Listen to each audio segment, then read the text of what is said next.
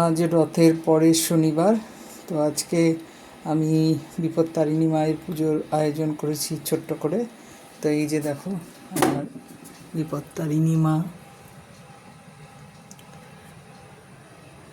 এই 13 ফুলের ব্যবস্থা হয়েছে, 13টা ফুল। তো এই হচ্ছে আমার মা বিপত্তারিণীকে সুন্দর করে সাজালাম।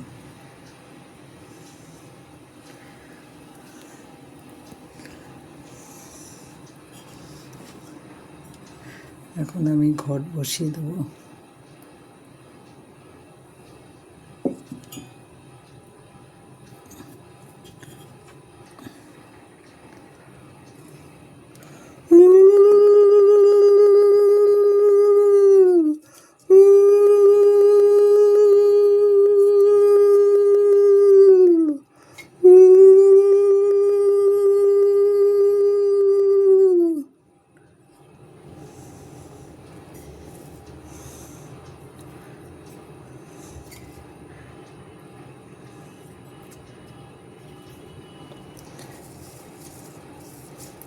এখানে ডোরও এনেছি।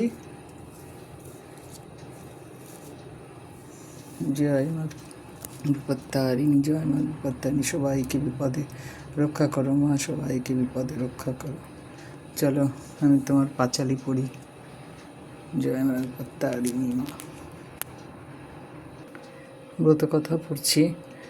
বিপত্তারিণী মায়ের ব্রতকথা। বিদর্ভ দেশে এক রাজা ছিলেন। তার রানী খুব ভক্তিমতী এবং স্বামী ভক্তিপরায়ণা। রানী নিত্য সহকারে বিপত্তারিণীর পূজা করেন। এক মুচিনীর সঙ্গে তিনি সই পাতিয়েছিলেন। মুচিনীকে তিনি প্রায়ই নানা রকম ফল ও খাদ্যদ্রব্য উপহার দিতেন। মুচিনী খুব গরিব, তবু তার ইচ্ছা রানীকে কিছু দেয়।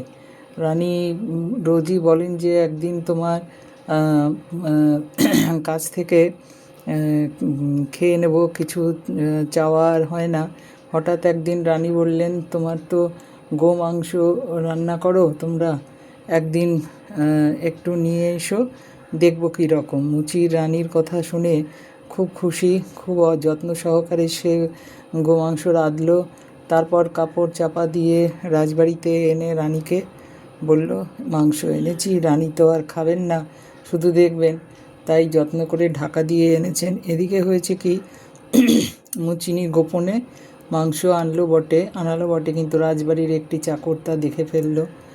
সে রাজাকে এসে সব কথা বলতেই রাজা এসে রানীকে বললেন, মুচিনি তোমাকে কি দিয়ে গেছে? যদি আপত্তিকর কিছু সে রেখে গিয়ে থাকে তাহলে তাহলে আমি তোমার শিরচ্ছেদ করব। রানী বিপদে পড়ে ভয়ে কাঁদতে কাঁদতে এক মনে মা বিপত্তারিণী দুর্গাকে ডাকতে লাগলেন। মা বিপত্তারিণী দুর্গা ভক্তের আকুল কান্নায় স্থির থাকতে পারলেন না। রানীমা কানে কানে বললেন, দেখো গে, রানীমার কানে মা দুর্গা বললেন যে দেখো গে, সব ফুল হয়ে গেছে। রানী তখন রাজাকে সেই ফুল এনে দেখালেন। রাজা চাকরকে তিরস্কার করলেন। মা বিপত্তারিণী দুর্গার কৃপায় রানীর বিপদ কেটে গেল। সেই থেকে এই ব্রতের কথা চারিদিকে প্রচার হলো। তো বিপত্তারিণীর ব্রতকথা সমাপ্ত। জয় মা বিপত্তারিণী, জয় মা বিপত্তারিণী, জয় মা বিপত্তারিণীর ব্রতকথা সমাপ্ত হলো। তো চলো আমি এখন অঞ্জলি দিয়ে দেব। চলো রাখি।